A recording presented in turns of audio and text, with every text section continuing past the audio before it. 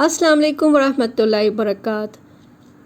नफिल नमाज की अहमियत और किताब व सुन्नत की रोशनी में मैं आपको बताऊंगी, लेकिन साथ में जब भी टाइम मिले, जब भी आप फ्री हो, वज़ू करें या वॉशरूम से भी बाहर आना हो तो वज़ू कर लें और 2 रकत नफिल अदा कर लें। अल्लाह मुझे भी इसकी तौफीक दे, दुआ करती हूँ। तो नफिल नमाज की अहमियत क्या है? बिस्मिल्लाहिर्रहमानिर्रहीम। नफिल नमाज से आदमी अल्लाह सुब्हाना व तआला का तक़र्रुब हासिल करता है, यानी उसके करीब होता है और अल्लाह उससे मोहब्बत करने लगते हैं। नफिल नमाज घर में पढ़ने से बरकत होती है, आदमी सलामती के साथ जन्नत में चला जाता है, चला जाएगा। पढ़ने से आदमी के दर्जात बुलंद होते हैं और गुनाह मिटा दिए जाते हैं। नफिल पढ़ने से अल्लाह ताला का शुक्र अदा होता है, जन्नत में घर बना दिया जाता है, हज और उम्रा का सवाब मिलता है।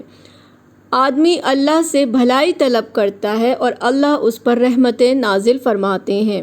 क़यामत के दिन फ़राइज़ की कमी को ये नफिल पूरा कर देंगे और उस पर जहन्नुम की आग को हराम फरमा दिया जाता है। अल्लाह ताला उसकी मग़फ़िरत फरमाते हैं और ओहद पहाड़ के बराबर सवाब मिलता है और आदमी जन्नत में नबी पाक सल्लल्लाहु अलैहि वसल्लम का साथी बन जाता है। इन सब से जो रिलेटेड हदीसें हैं वो ये आगे हैं, मैं इनको इंशाअल्लाह हल्के हल्के आपको बताऊंगी कि इसी से ही रिलेटेड क्या हदीसें हैं हमारे पास। नबी का फरमान है, ये हमें मिलती है अबू दाऊद की हदीस है। इसमें हज़रत तमीम दारी रदियल्लाहु अन्हु फरमाते हैं कि नबी पाक ने फरमाया, क़यामत के दिन बंदे से जिस चीज़ का सबसे पहले हिसाब लिया जाएगा वो उसकी नमाज होगी। अगर उससे मुकम्मल किया होगा तो उसके लिए मुकम्मल लिख दी जाएगी, और अगर उसने मुकम्मल नहीं की होगी नमाज तो अल्लाह ताला फ़रिश्तों को हुक्म देंगे, ज़रा देखो मेरे बंदे ने कोई नफिल नमाज पढ़ी थी, तो उसकी नफिल नमाज के ज़रिए से उसके फ़र्ज़ मुकम्मल कर दिए जाएंगे। तो ख्याल रखें नफिल जितना अदा कर सकें। फिर हमें अबू हुरैरा रदियल्लाहु अन्हु से सही बुखारी की हदीस मिलती है कि फरमाया कि नबी सल्लल्लाहु अलैहि वसल्लम ने, बेशक वो अमल जिसके बारे में सबसे पहले क़यामत के दिन बंदे से हिसाब लिया जाएगा उसकी नमाज है। अगर वो ठीक हुई तो यकीनन बंदा कामयाब और सुरखरू यानी कामरान यानी हैप्पी हुआ। अगर नमाज ख़राब हुई तो बिलाशुबा वो नाकाम नामुराद यानी लॉस में गया। बस उसके फ़राइज़ में कुछ कमी हुई तो अल्लाह फरमाएगा, देखो मेरे बंदे के नामाए अमाल में कुछ नवाफिल हैं क्या, उनके ज़रिए से उसके फ़राइज़ की कमी को पूरा कर दो। इसको तिरमिज़ी ने रिवायत किया है, सही बुखारी में नहीं। दूसरी हदीस हमें मिलती है हदीस कुदसी, यानी कि अल्लाह फरमाते हैं, रसूलुल्लाह सल्लल्लाहु अलैहि वसल्लम ने फरमाया, अल्लाह फरमाता है कि मेरा बंदा नवाफिल के ज़रिए मेरा तक़र्रुब हासिल करता है, यानी मेरा करीब होता जाता है, यहाँ तक कि मैं उससे मोहब्बत करने लगता हूँ। ये सही बुखारी की हदीस है, इसका नंबर सब मौजूद है आपके सामने। फिर सही मुस्लिम की हमको हदीस मिलती है, हज़रत सुबान रदियल्लाहु अन्हु कहते हैं, नबी पाक सल्लल्लाहु अलैहि वसल्लम ने फरमाया, तुम ज़्यादा से ज़्यादा सजदे किया करो, क्योंकि तुम अल्लाह की रज़ा के लिए एक सजदा करोगे तो वो उसके बदले तुम्हारा एक दर्जा बुलंद और एक गुनाह मिटा देगा। तहतुल मस्जिद में क्या है कि हज़रत अबू क़तादा कहते हैं कि रसूलुल्लाह ने फरमाया, तुम में से कोई शख्स जब मस्जिद में दाखिल हो तो उस वक्त तक ना बैठे जब तक 2 रकतें ना पढ़ ले, सही बुखारी। उसी तरह से अम्मी आयशा फरमाती हैं रदियल्लाहु अन्हु कि रसूलुल्लाह रात को इतना लंबा क़याम फरमाते कि आपके पाँव वग़ैरह फटने लगते, कि मैं अर्ज़ करती, ए अल्लाह के रसूल, अल्लाह ने आपकी अगली पिछली तमाम ख़ताएँ माफ़ फरमा दी हैं। आपने फरमाया, क्या मैं शुक्रगुज़ार बंदा ना बनूं? तो सोचें, नफिल अदा करना भी शुक्रगुज़ारी है। ये सही बुखारी में था। फिर उम्मुल मोमिनीन उम्मे हबीबा रदियल्लाहु अन्हा फरमाती हैं, मैंने रसूलुल्लाह सल्लल्लाहु अलैहि वसल्लम से सुना, जो मुसलमान बंदा अल्लाह ताला के लिए फ़र्ज़ नमाज़ों के अलावा 12 रकतें नफिल पढ़ता है तो अल्लाह ताला उसके लिए जन्नत में घर बना देते हैं। बना लें, दुनिया में तो आसान नहीं है घर बनाना, प्लॉट ख़रीदना भी मुश्किल है, जन्नत के घर की तैयारी करें जहाँ हमेशा रहना है।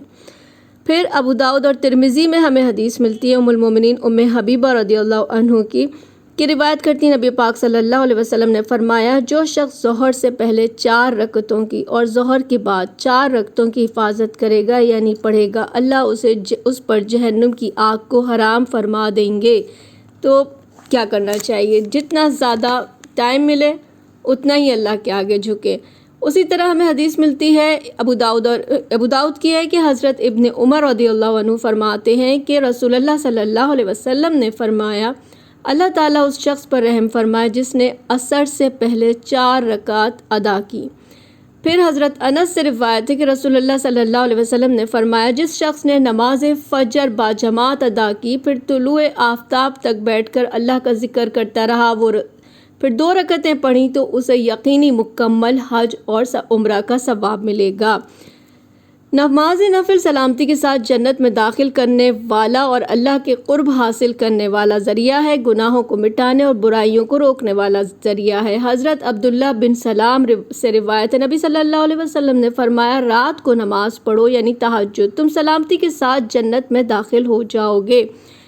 اسی طرح سے یہ ابن ماجہ کی حدیث تھی۔ اس طرح سے ہمیں ملتی ہے صحیح مسلم میں ابو ہریرہ رضی اللہ عنہ فرماتے ہیں رسول اللہ نے فرمایا فرض نماز کے بعد سب سے فضیلت والی نماز رات کی یعنی تہجد کی نماز ہے، اللہ ہمیں اس کا پابند بنائے۔ ترمذی کی حدیث ہے ابو امامہ رضی اللہ عنہ فرماتے ہیں رسول اللہ صلی اللہ علیہ وسلم نے کہا کہ تم قیام اللیل ضرور کیا کرو یعنی رات کو ضرور جاگا کرو نماز کے لیے، کیونکہ یہ تم سے پہلے نیک لوگوں کی عادت تھی، اس سے تمہیں تمہارے رب کا تقرب یعنی اس کے قریب ہو جاؤ گے اور یہ گناہوں کو مٹانے والا برائیوں سے روکنے والا عمل ہے۔ حضرت ابو ذر رضی اللہ عنہ کہتے ہیں رسول اللہ نے فرمایا تم میں سے ہر شخص کے ہر جوڑ پر ہر دن صدقہ کرنا واجب ہے، اسی لیے سبحان اللہ کہنا صدقہ ہے، الحمدللہ کہنا صدقہ ہے، لا الہ الا اللہ کہنا صدقہ ہے، اللہ اکبر کہنا صدقہ ہے، نیکی کا حکم دینا برائی سے روکنا صدقہ ہے۔ ان سب کے لیے چاشت کی 2 رکعتیں ہی کافی ہو جاتی ہیں، صحیح مسلم کی حدیث ہے۔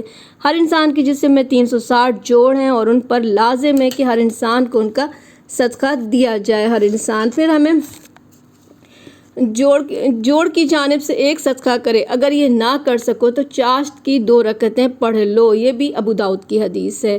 پھر ہمیں حدیث ملتی ہے صحیح بخاری کی کہ رسول اللہ تمام کام میں استخارے کی تعلیم اتنے اچھے سے دیتے تھے کہ جیسے ہمیں قرآن پاک کی ایک سورت کی تعلیم دے رہے ہوں، اور فرماتے تم میں سے کسی شخص کو جب کسی کام میں پریشانی ہو تو 2 رکعتیں نماز نفل پڑھ کر استخارے کی دعا پڑھ لیا کرے۔ اسی طرح رسول اللہ نے ابو داؤد کی روایت فرمایا اور ترمذی کی بھی ہے کہ رسول اللہ نے فرمایا جو بندہ کوئی گناہ کرے پھر اچھی طرح وضو کرے پھر 2 رکعتیں پڑھے اللہ تعالیٰ سے مغفرت طلب کرے اللہ اسے معاف کر دیتے ہیں۔ حضرت عثمان فرماتے ہیں کہ رسول اللہ نے فرمایا جس شخص نے میرے اس وضو کی طرح وضو کیا پھر اس نے 2 رکعتیں اس طرح ادا کیں کہ ان میں دنیا کی خیالات کو پیدا نہیں ہونے دیا تو اللہ تعالیٰ اس کے پچھلے تمام گناہ معاف فرما دیں گے، صحیح بخاری کی حدیث ہے اور صحیح مسلم میں بھی ہے یہ۔ اسی طرح سے صحیح مسلم میں اللہ سبحانہ و تعالیٰ رسول اللہ نے فرمایا جو مسلمان اچھی طرح وضو کرے پھر کھڑا ہو جائے اور مکمل توجہ کے ساتھ 2 رکعتیں پڑھے تو اس کے لیے جنت واجب ہو جاتی ہے۔ کیا مطلب کہ وضو کر کے 2 رکعتیں پڑھنا۔ پھر اسی طرح سیدنا جابر کہتے ہیں رسول اللہ نے فرمایا تم میں سے کوئی شخص جب مسجد میں نماز پڑھے تو وہ اپنی نماز میں سے کچھ حصہ اپنے گھر کے لیے بھی رکھے یعنی گھر میں بھی پڑھے، کیونکہ گھر میں کچھ نماز ادا کرنے سے اللہ تعالیٰ گھر میں خیر اور بھلائی نازل کرتا ہے، یہ صحیح بخاری کی حدیث ہے۔ تو آپ کو مجھے کیا چاہیے؟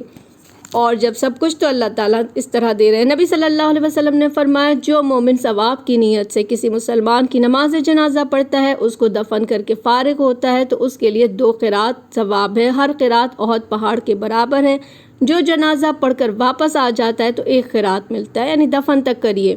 اسی طرح سے ہمیں صحیح مسلم میں حدیث ملتی ہے کہ نبی صلی اللہ علیہ وسلم کے پاس رات گزارتے تھے صحابی ربیعہ بن کعب اور آپ کے وضو کا پانی اور ضرورت کی اشیاء لاتے۔ ایک دفعہ آپ نے فرمایا تم کچھ مانگو تو انہوں نے کہا کہ میں جنت میں آپ کا ساتھ چاہتا ہوں، تو نبی نے فرمایا کچھ اور چیز مانگو، تو کہا بس میں یہی مانگتا ہوں، تو آپ صلی اللہ علیہ وسلم نے فرمایا تم کثرت سجود کے ذریعے سے اپنے نفس پر میری مدد کرو یعنی کہ زیادہ سے زیادہ نوافل پڑھو، طریقہ بتا دیا نبی کا پڑوس حاصل کرنے کا۔